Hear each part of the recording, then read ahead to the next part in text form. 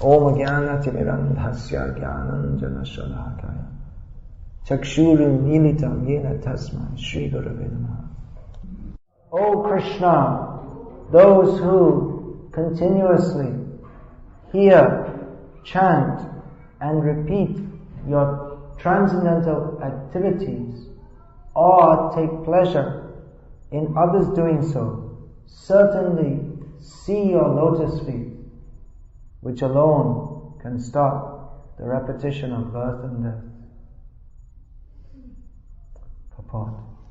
The Supreme Lord, Sri Krishna, cannot be seen by our present conditional vision. In order to see Him, one has to change his present vision by developing a different condition of life full of spontaneous love of Godhead.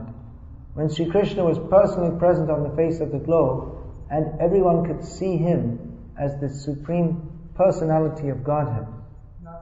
When Sri Krishna was personally present on the face of the globe, not everyone could see Him as the Supreme Personality of Godhead.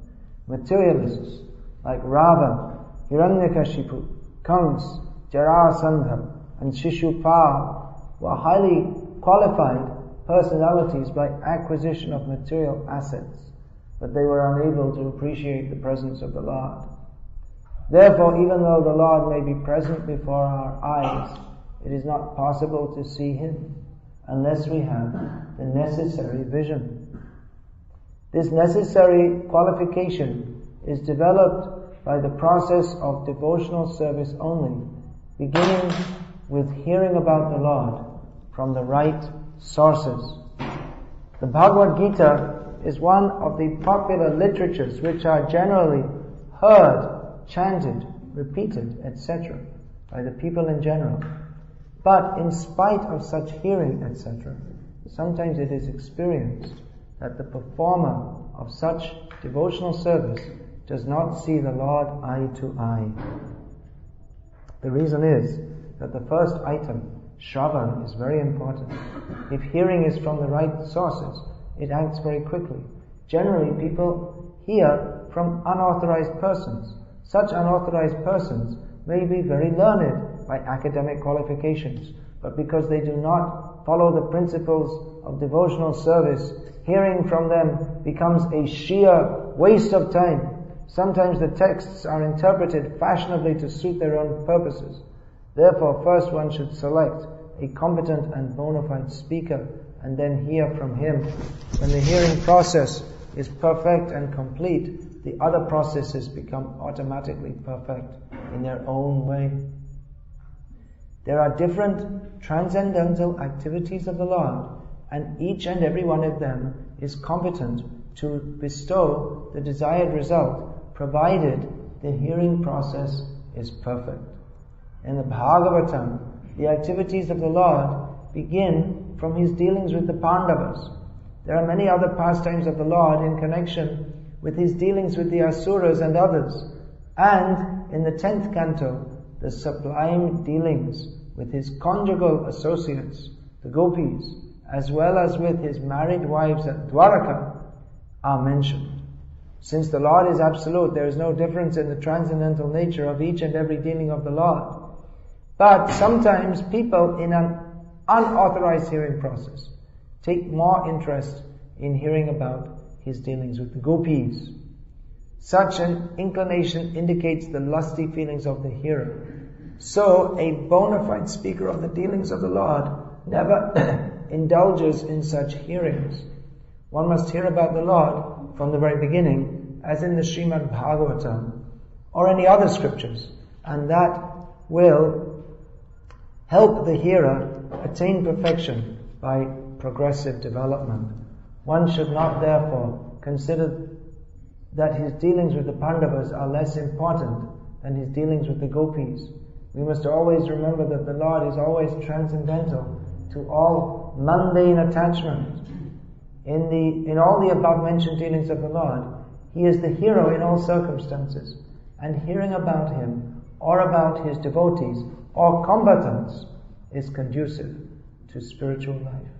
It is said that the Vedas and Puranas, etc., are all made to revive our lost relation with Him. Hearing of all these scriptures is essential.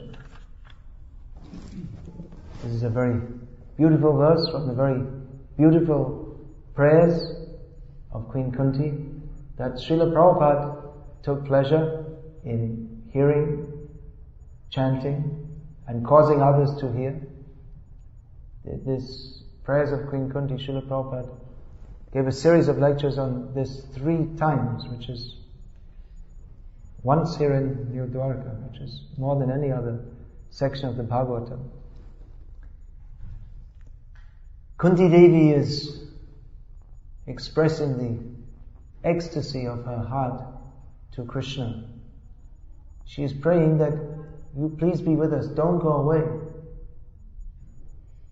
In her case, there was no question of familiarity breeding contempt, or that because Krishna had been with her and the Pandavas for an extended period, it wasn't she was thinking, alright, so let Krishna go.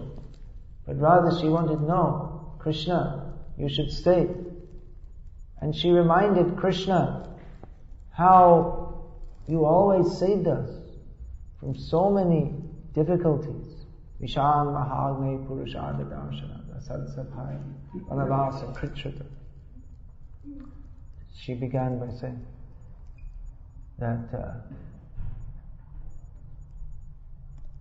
poison, first beam was poison, then they attempted to burn us all.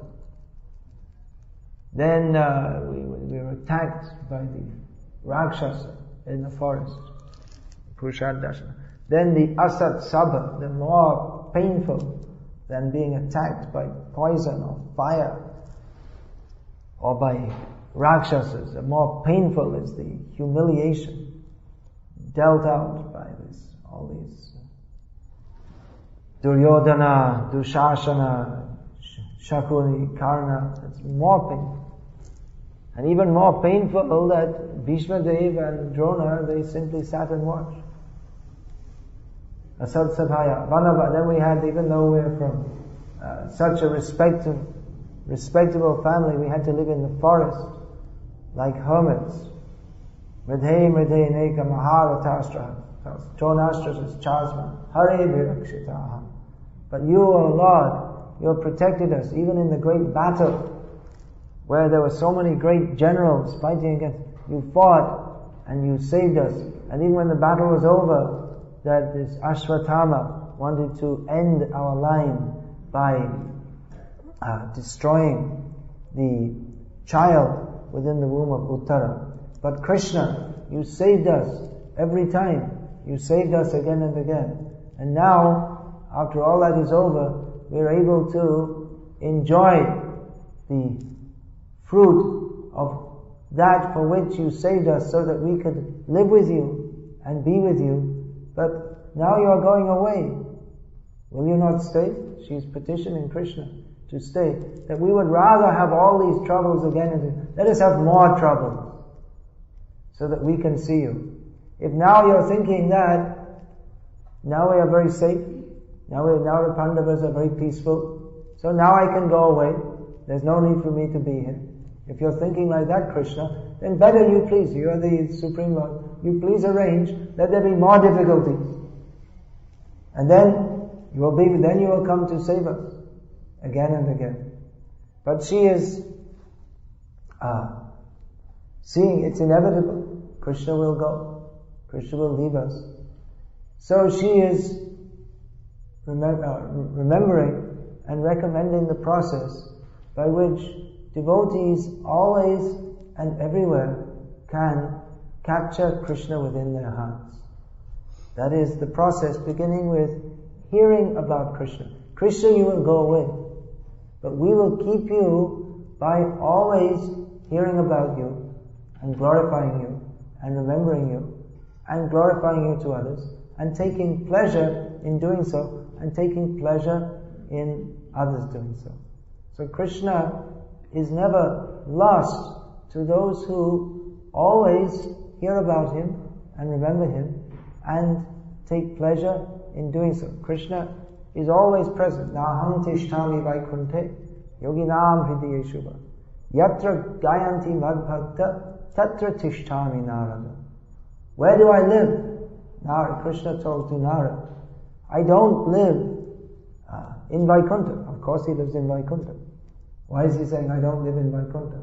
I don't live in the hearts of the yogis. And the yogis, dhyanavasthita tadgatena manasa pashyanti yoginaha. The yogis, they see, elsewhere it's stated, they see him in their heart. But Krishna said, I'm there, but alright, not that, where I'm really at. Where is Krishna really at?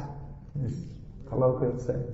Wherever his devotees are chanting his glories, then Krishna will come. Just like it said that wherever there is Ram Lila being chanted, even to this day, Hanuman, he's Chiranjeevi, he's not left this world. He's vowed to stay in this world as long as the glories of Lord Ram are being chanted. So wherever the glories of Lord Ram are chanted, Hanuman says, Ram is there? I must go and listen. I must associate with Lord Ram by hearing about him. So we can, Kunti Devi, she is recommending the process by which we can always be with Krishna, by always hearing about him and remembering him. Shrinvanti Gayanti. These two processes, hearing and chanting about Krishna. Of course, chanting is especially Nam Kirtan. There's Nam Kirtan, Guna Kirtan, Rup Kirtan, Lila Kirtan, the glorification of Krishna's name, form, qualities, and pastimes. But most recommended in this Kali Yuga is Nama Kirtan. Because if we chant the names of Krishna, then automatically everything else is included in that. If we chant the name, there are so many names of Krishna, and his names, they describe also his qualities, his forms, his pastimes. Just like there are so many names glorifying the qualities of Krishna, just like Bhakta Vatsala. He is very kind, very indulgent to his devotees. Any other names you can think of Krishna in regard to his qualities? There are so many. Yogeshwara? That's he's the master of all the yogis. But what are the qualities? There are qualities like mercy. That's more like Leela. Dina Dayal. He's very merciful to the those who consider themselves very fallen and low. Achyuta, one who never falls down. Bhakta Vatsal, Sevaka Vatsal. Now, Adhokshaja, he who is not visible to the mundane vision. He's beyond mundane sense perception. So Nangun Rup, and there are so many names in relation to Krishna's form. Shyama Sundar. That's a well-known name. He was black like a deep black monsoon cloud and very, very beautiful. Yam Shyama Sundaram Achintya Guna Swarupam. This Shyama Sundar, his transcendental form, is composed of wonderful, inconceivable, transcendental qualities. So other names? Vilasa Vigraha. He who is his form is, or his personage is engaged in so many wonderful activities. What does Krishna wear? What color? Pitamba. He's wearing yellow cloth. Krishna's blue and he has yellow cloth. And Radha has yellow and she has blue cloth. Then, others. Murli Manohar, whose enchanting form is holding the flute and attracting the minds of everyone. There are so many beautiful names. Trivanga Sundar, whose three beautiful, his threefold bending form is extraordinarily beautiful. So Nam, Roop, Gun, Leela, so many names in connection with Leela, which brings us in connection with his devotees. Just someone saying Partha Sarathi, Dwarkadish. This reminds us of his Dwarka Leela. Any other names? So many names in relation to Krishna Leela. Gopijanna Vallabha, Girivaradhari, Yashodananda, Rajajana Ranjana, Yamuna Tira Vanacha. These are all names of Krishna's Leela. So by this Nam Kirtan, we can remember all about Krishna's, automatically we remind of Krishna's qualities, pastimes, devotees, his form. But to remember these while we chant Nam Kirtan, we have to hear. Just like if we say, Girivaradhari, he was the holder of the greatest hill. If we don't know what is this Girivaradhari, Leela, Govardhan Leela, then it won't mean anything, it won't remind us of that. So we have to hear about Krishna and chant, these two together, hearing and chanting. And this will automatically, from this will come remembrance of Krishna, which is the perfection of life. And if there is hearing and remembering, hearing and chanting and remembering about Krishna, then naturally, if we hear from the lips of pure devotees, chanting should be heard from the lips of pure devotees. We've heard Prabhupada say this so many times. We've heard the recording. So the effect will be that we shall want to serve Krishna, which is our very constitutional position, Divasa Rupai, Krishna Nitya Das. Then the desire will come to serve Krishna. So by hearing and chanting about Krishna, there awakens the desire to serve Krishna.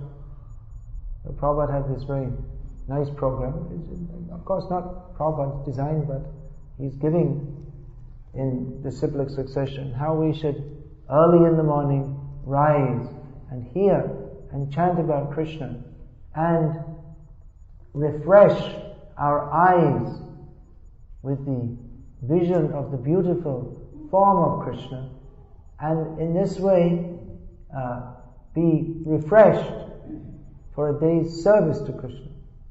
And by serving Krishna, we feel more and more to hear and chant about him. We become enlivened to hear and chant about him more and more. So then again in the evening, we can come together and hear and chant about Krishna. This is the life of the devotees. Kunti Devi, she is a great pure devotee of Krishna. She is an eternal associate of Krishna. So for her and for all of us, it's the same process. Hearing and chanting about and remembering Krishna. And those who do so, naturally, they will take pleasure in doing so. Nandanti, they take pleasure. Ananda, Nanda, his name is Nanda. He is full of pleasure. His pleasure is in Krishna. So devotees, they know nothing but Krishna. And he knows nothing but them. Sadhavo hridayamahyam, sadhunam hridayam toham, adanyate na jananti nahante vyomanagapi. The devotees are the heart of Krishna. And he is their heart. Because they know nothing but him. And he knows nothing but them. So this Krishna consciousness, this is beyond theism. It's not ordinary theism, where we simply conceive of a big God and we worship him and push the button and get something out. There's like a slot machine. Say your prayers and get something from him. But beyond theism, beyond simply consciousness of God, the supreme controller, but the supreme lover, the supreme beautiful, the supreme merciful, the supreme kind. And Krishna, he is so wonderful that all these brilliant transcendental qualities that are in him, he shares with his devotees. He comes almost as if one of us. He lives among us, which is bewildering. Kunti Devi also says about Krishna's pastimes, it is bewildering that you are the controller of everything, but you're running in fear from Mother Yashoda. So if we consider that Krishna is God, but he's running in fear from Mother Yashoda, how is this? It's beyond any logic. That is simply his own pleasure that he takes in being among us, being one of us. And the most wonderful thing is that Krishna is available to everyone. Nakalu gopika nandano bhavan akila dehnam savar antaratmadrik. The gopis recognize that Krishna, he is the supreme Lord, he is the super soul in everyone's heart, but he is not only the son of Mother Yashoda, but he is the super soul in everyone's heart. That means he is ready to reciprocate fully with everyone. He reciprocates fully with Yashoda. He reciprocates with Yashoda to the extent that he agrees to be tied up by her. Yashoda Mai's love is so much that she can tie up Krishna, who is the giver of liberation. He is tied up by Mother Yashoda. These apparent contradictions. How Krishna gives himself to his devotees. Nemangarincho nabhavo nashrir. What is that? Nashrir. How does that verse go? Nashrir apyanga samshaya prasadam lebhire gopir yatat prabhavi muktida.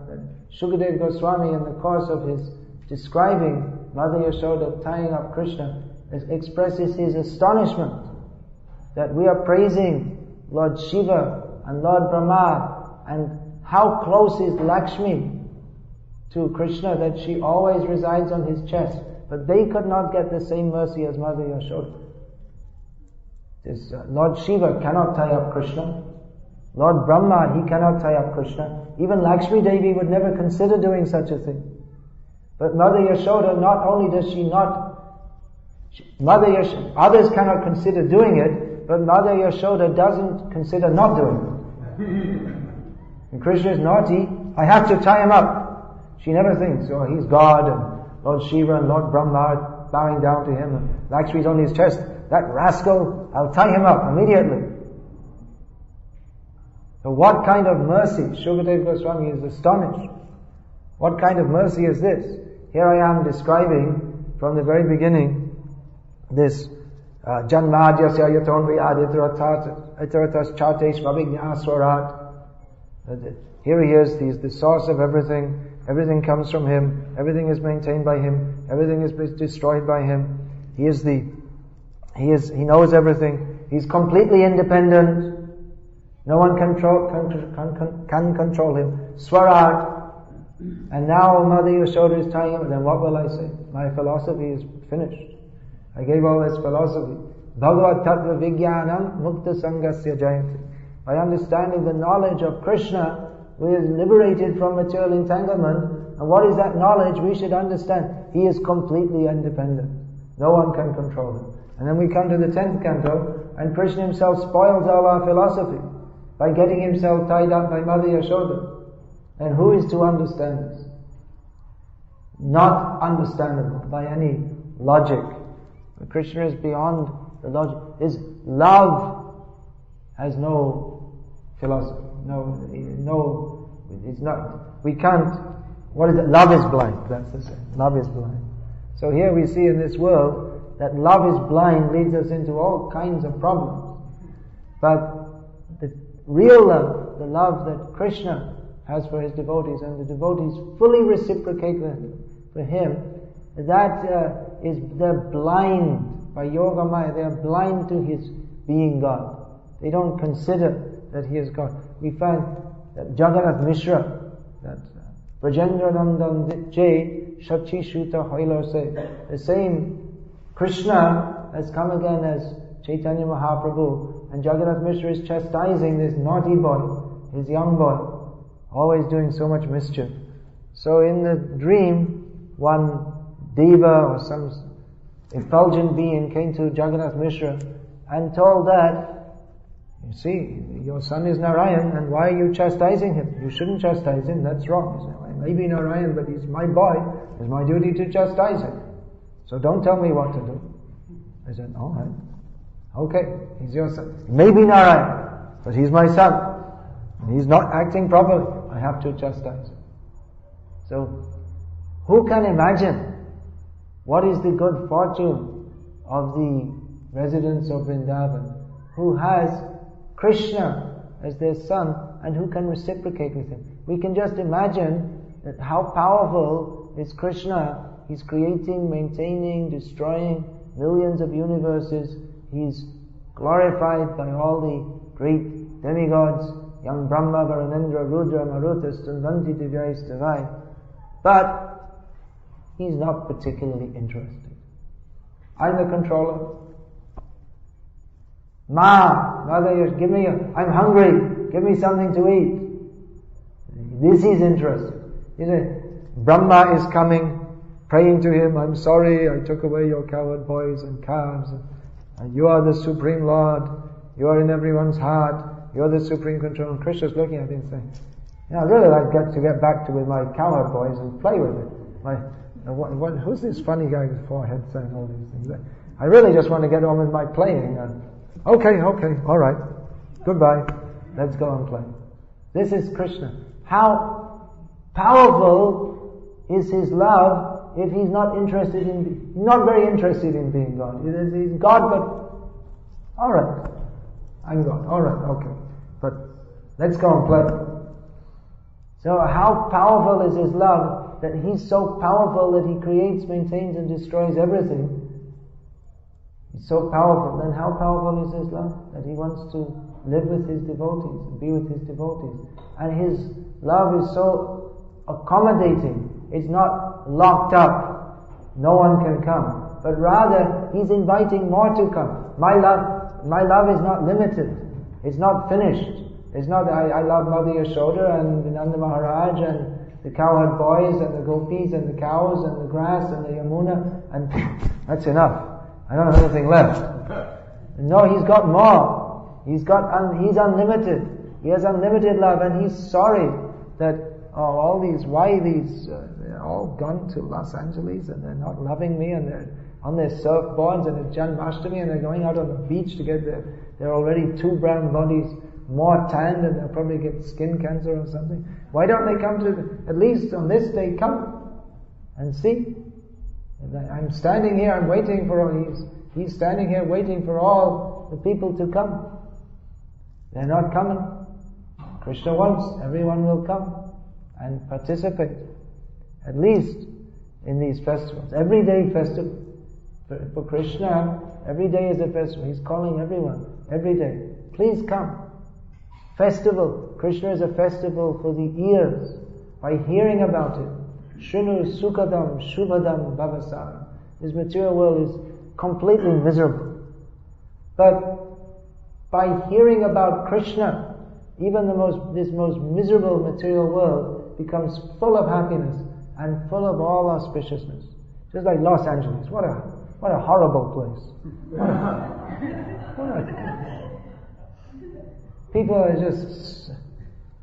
Anyway, you know better than me. But it's a holy place. It's a divine place. Because Krishna is here. Prabhupada came here. Prabhupada Padankita Desh. Prabhupada has blessed this place with his lotus feet. So this hell becomes greater than Vaikuntha because Krishna is here. People are unfortunate. They don't realize. But he's not becoming disappointed. Krishna is waiting that the whole, they have these big stadium, what is it, Los Angeles Lakers. Is that how it's, A huge stadium. How many people? What's the capacity? Anyone know? 80,000, 100,000? 100,000. 100,000 people go to what? That's a baseball team, is it? Huh? That's a baseball team. Basketball. 18,000. Basketball. So they go to watch people jumping up and down and throwing balls around. But why don't you come and see Krishna? We should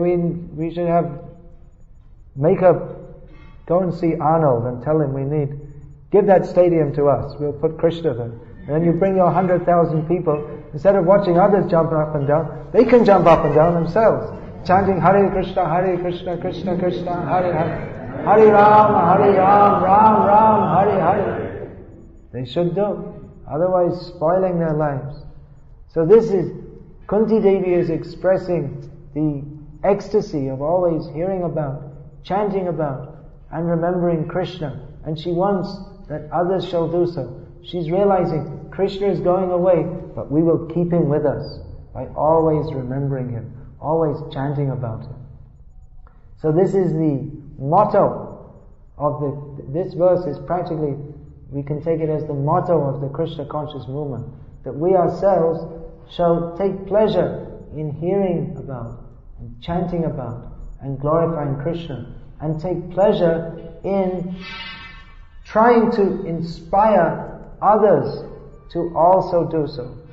And that we're seeing that gradually people, they don't know what is this chanting and dancing, but gradually they're appreciating that more and more. And I think most people, if you see them in Los Angeles, at least it's my little experience here, that if you see them, you say to them, Hare Krishna, they'll also say Hare Krishna to you. So they're also beginning to take pleasure in chanting about Krishna. So this wonderful festival of Janmashtami is a festival of hearing about, chanting about, glorifying and remembering Krishna. Very joyful. We're not going to see anyone looking unhappy today. There may be,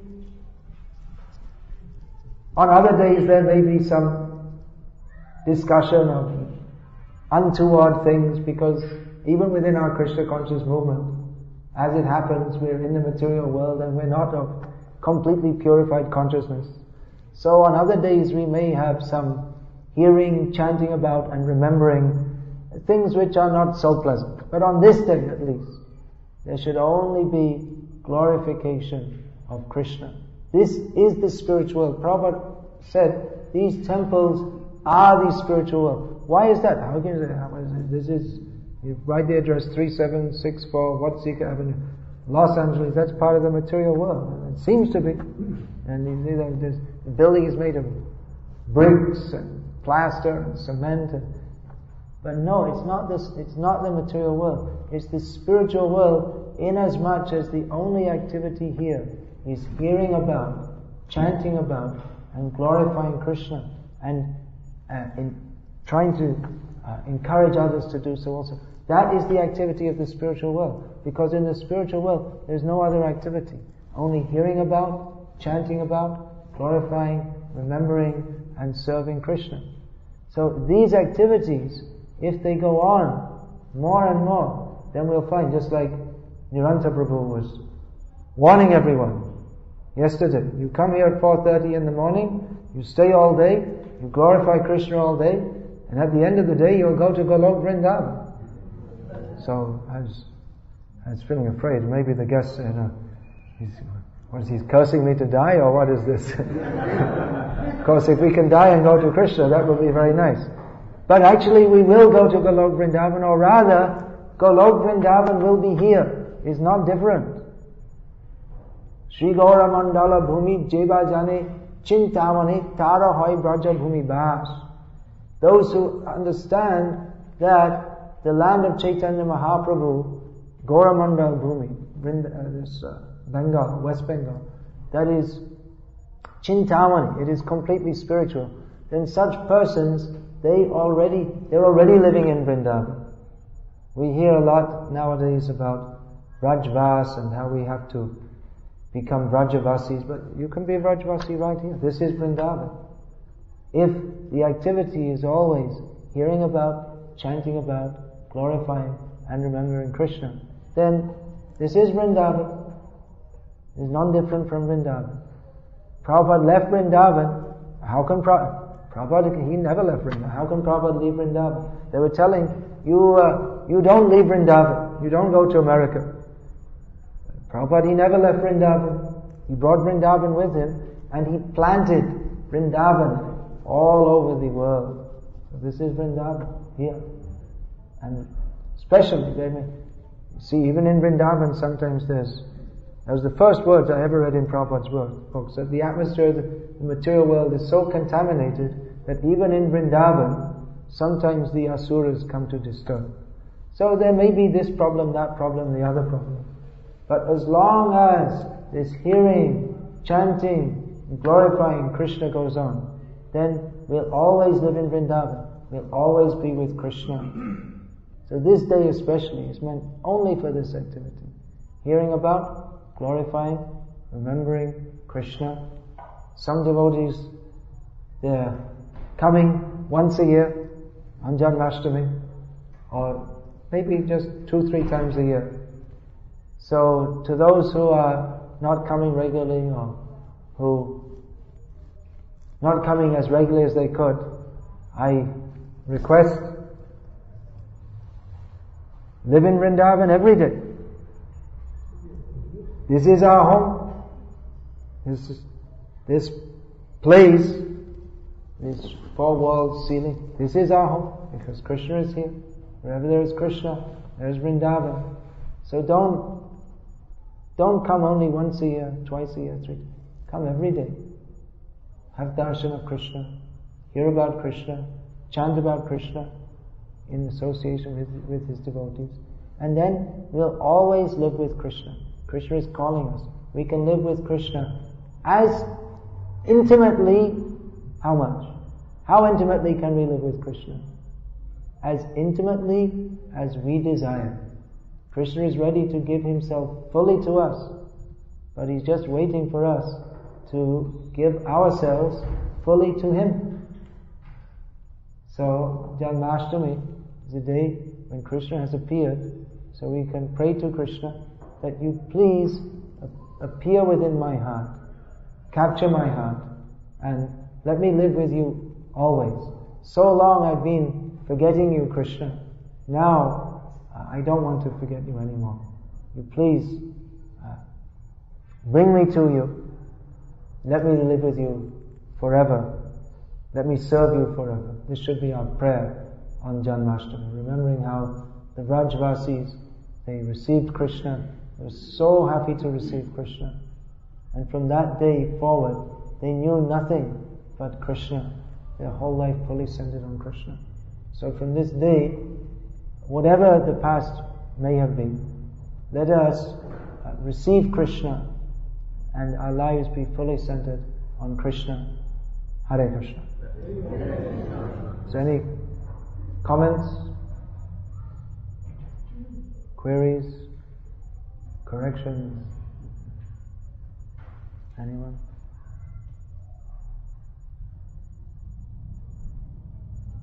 Do we have some more time? Yeah. Supposed to. About 10:30, something like that.